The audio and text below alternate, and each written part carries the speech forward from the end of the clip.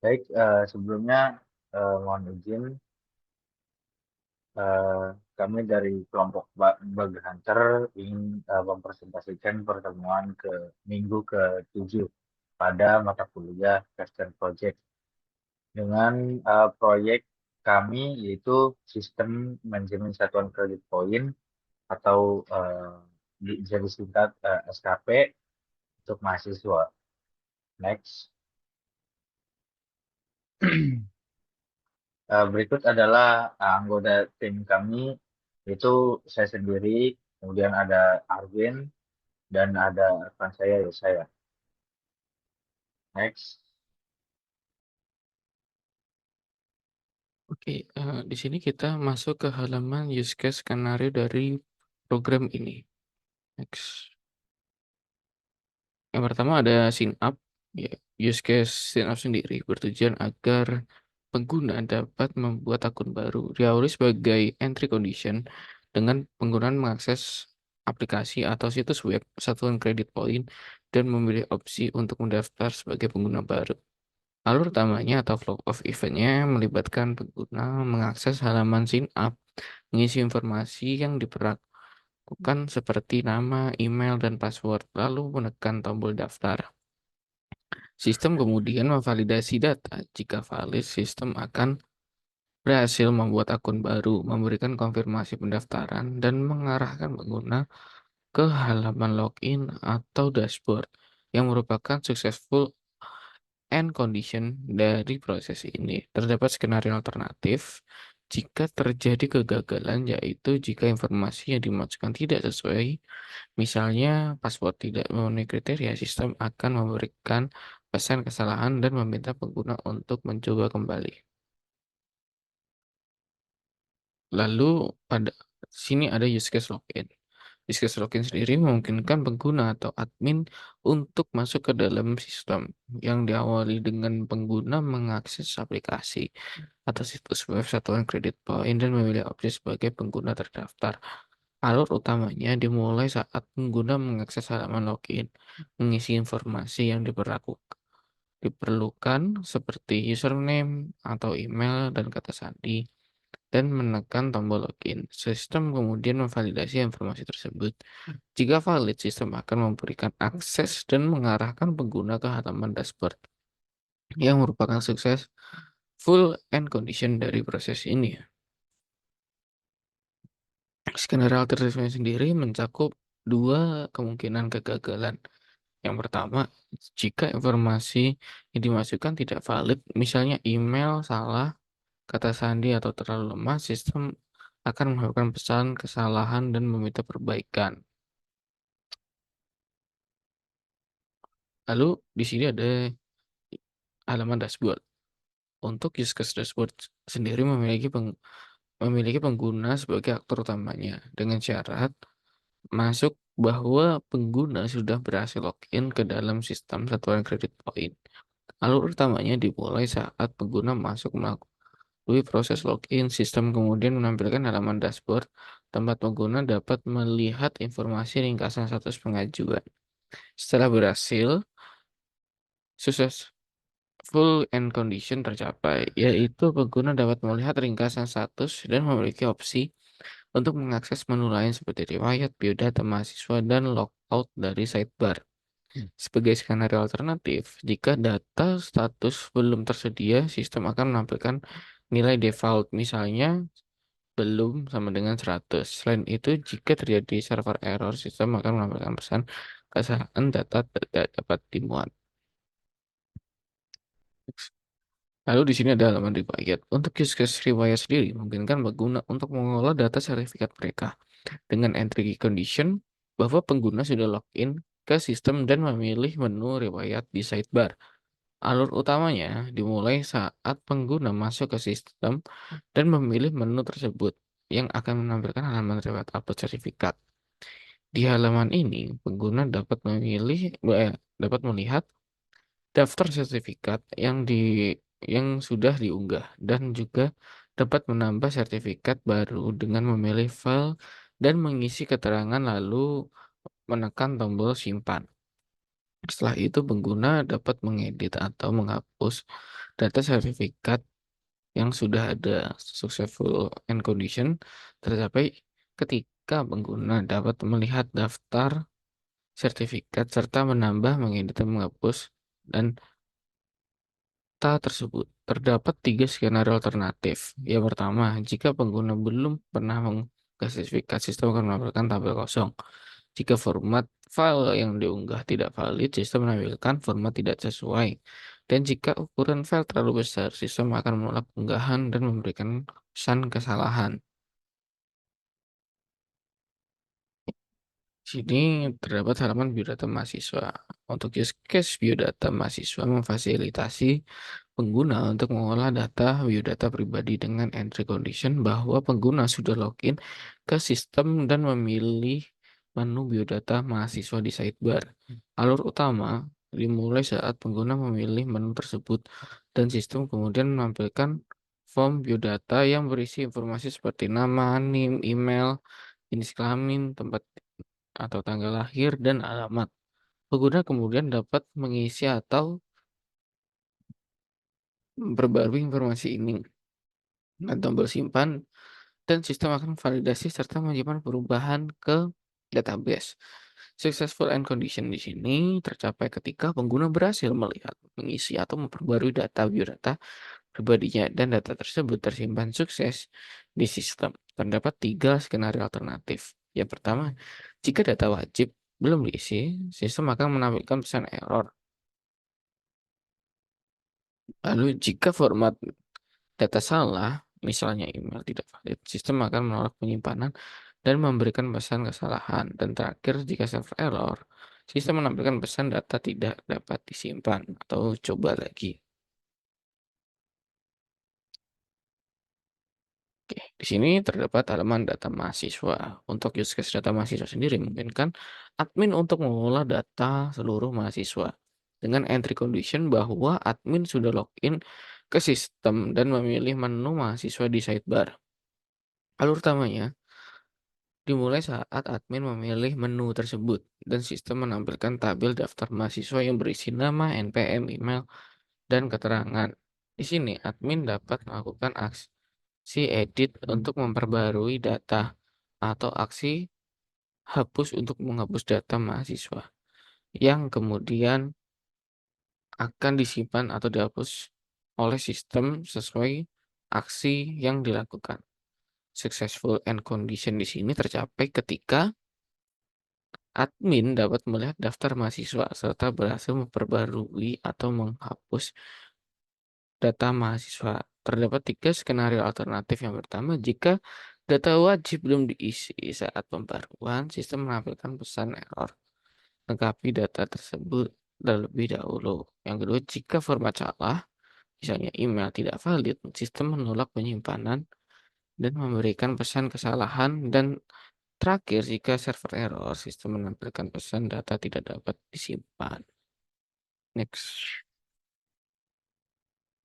Lalu pada halaman verifikasi mahasiswa, use case verifikasi mahasiswa adalah tugas bagi admin yang diawali dengan entry condition dengan login ke sistem dan memilih menu verifikasi di sidebar. Alur utamanya dimulai dengan sistem menampilkan daftar mahasiswa, serta fakultas, sertifikat yang diunggah, dan keterangannya. Admin kemudian dapat melihat sertifikat yang diunggah dan melakukan aksi verifikasi dan mengklik tombol checklist untuk menerima atau tombol silang untuk menolak sertifikat. Sistem akan menyimpan hasil verifikasi ke database yang menandai sukses full end condition dari proses ini. Tiga skenario alternatif yang telah ditentukan. Yang pertama, jika tidak ada data mahasiswa, sistem menampilkan pesan data tidak tersedia. Jika admin menekan hapus, sistem akan meminta konfirmasi sebelum menghapus data permanen. Jika terjadi error saat edit atau hapus, sistem menampilkan aksi pesan atau aksi gagal dilakukan dan coba lagi.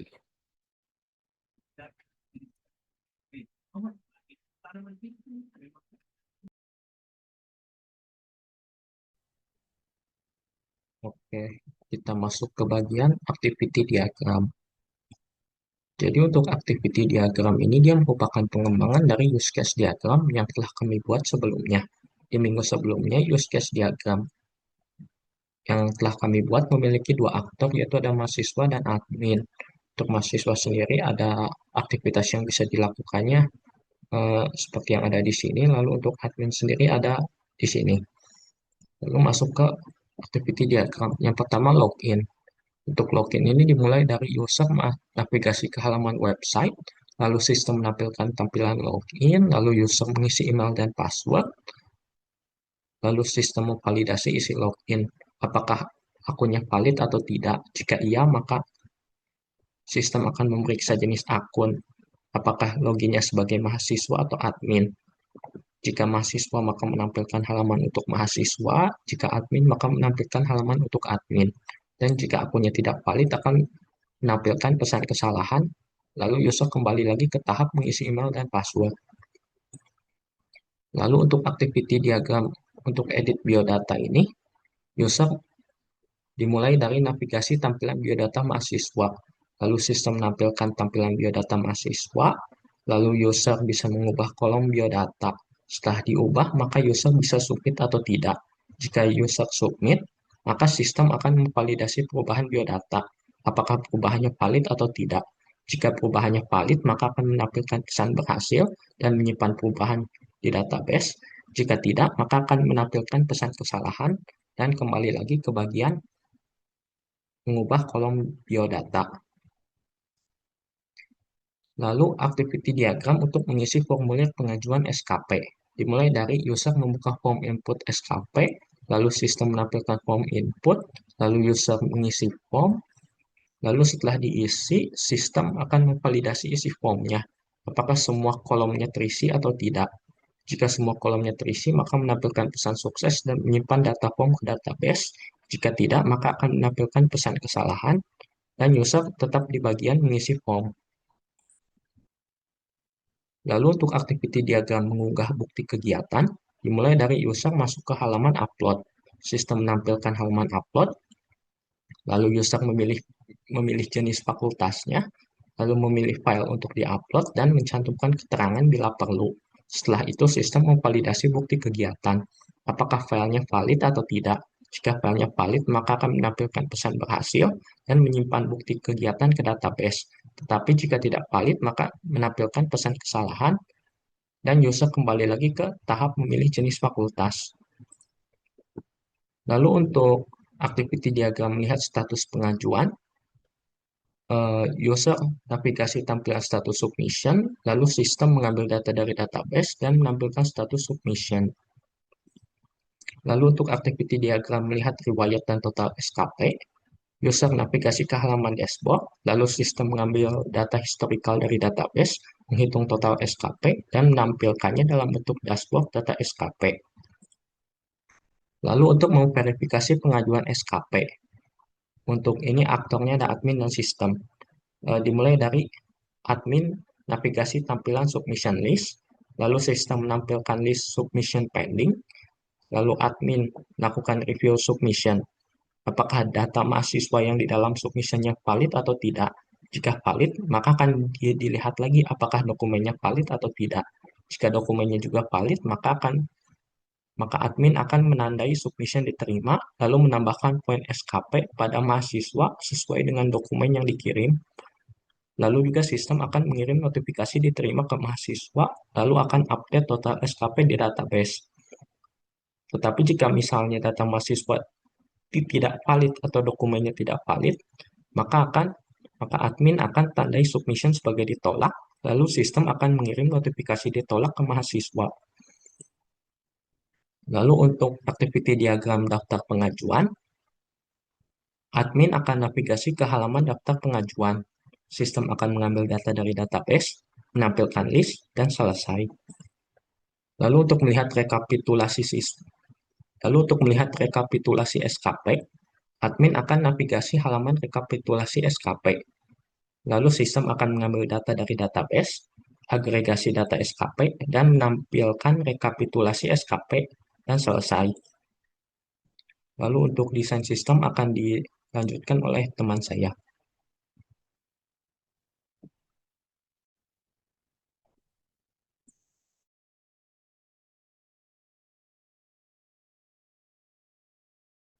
Nah, berikut saya ingin menjelaskan tentang desain UI pada sistem kami.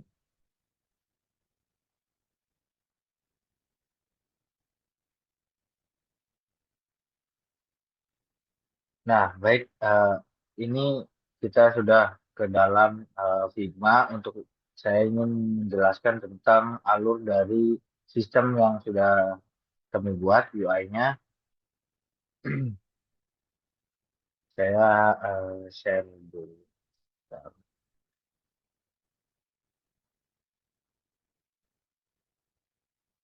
Nah, baik, sebelumnya saya ingin menjelaskan awal awal masuk ke dalam sistem kami. Yang pertama ada sistem register dan sistem login. Nah, sistem register ini dan sistem login ini khusus untuk user atau pengguna dari sistem ini. Kemudian ya, di sini kita bisa melakukan register atau login jika sudah masuk jika sudah mempunyai akun maka langsung masuk ke dalam sistemnya dan masukkan username dan password. Next. Nah, jika sudah masuk, ini tampilan dari dashboard sistem kami yaitu simpel saja. Ada ada beberapa fitur. Yang pertama fitur dashboard, riwayat, dan biodata mahasiswa. Nah, tampilan dashboard ini merupakan tampilan utama dari sistem kami pada uh, pada sistem untuk user. Di sini ada fitur-fitur untuk mengupload nilai SKP-nya. Nah, ini merupakan fitur dari ketika sudah mengupload sertifikat atau sertifikat untuk menambahkan poin SKP. Nah, di sini jika si user itu belum masuk, maka keterangan dalam sistem ini itu belum 100%. Jika sudah mengupload salah satu, maka keterangan pada proses ini akan menambahkan poin. Nah, jika sudah terverifikasi full, maka eh, di fitur sukses ini akan menambahkan nilai poin pada sistem. Next. Nah, di sini ada fitur riwayat. Jadi fitur riwayat ini itu untuk mengupload sertifikat yang dimana isinya itu nama mahasiswa, fakultas, kemudian mengupload file sertifikat dan ada keterangan contoh sertifikat, misalkan sertifikat eh, seminar atau webinar. Nah, jika sudah mengupload, maka klik simpan. Jika tidak ingin mengupload, maka klik batal. Next. Nah, di sini ada fitur biodata mahasiswa yang dimana fitur ini itu menghubungkan antara sistem eh, satuan kredit poin dengan apa namanya dengan akademik. Ya, yang dimana di sini ada from nama, NIM, email, jenis kelamin, tanggal lahir, dan alamat. Jika sudah benar, maka klik simpan. Next. Nah, oke, baik. Kita masuk ke dalam uh,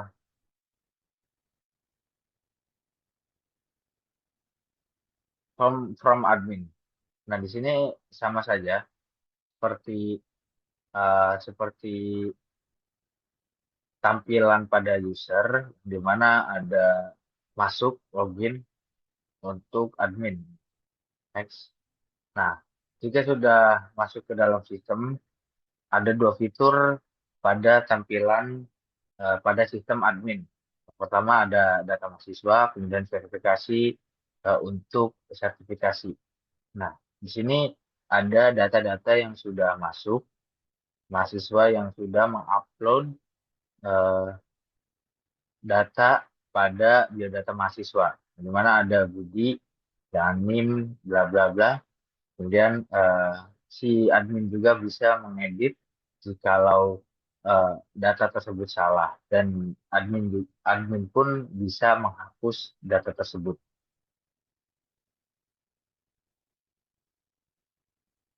Nah, baik, di sini ada fitur verifikasi untuk sertifikat. Nah, di sini ada satu data yang bernama Budi Gunawan misalkan, kemudian fakultas dari teknik. Nah, ketika admin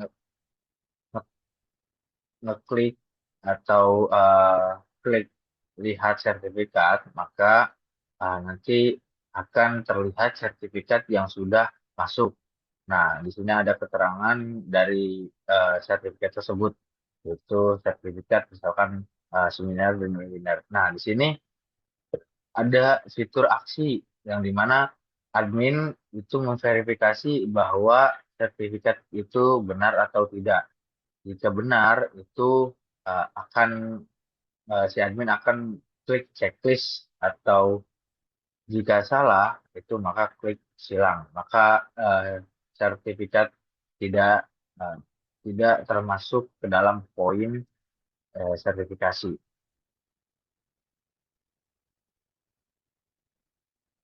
Mungkin itu saja presentasi UI dari kelompok kami.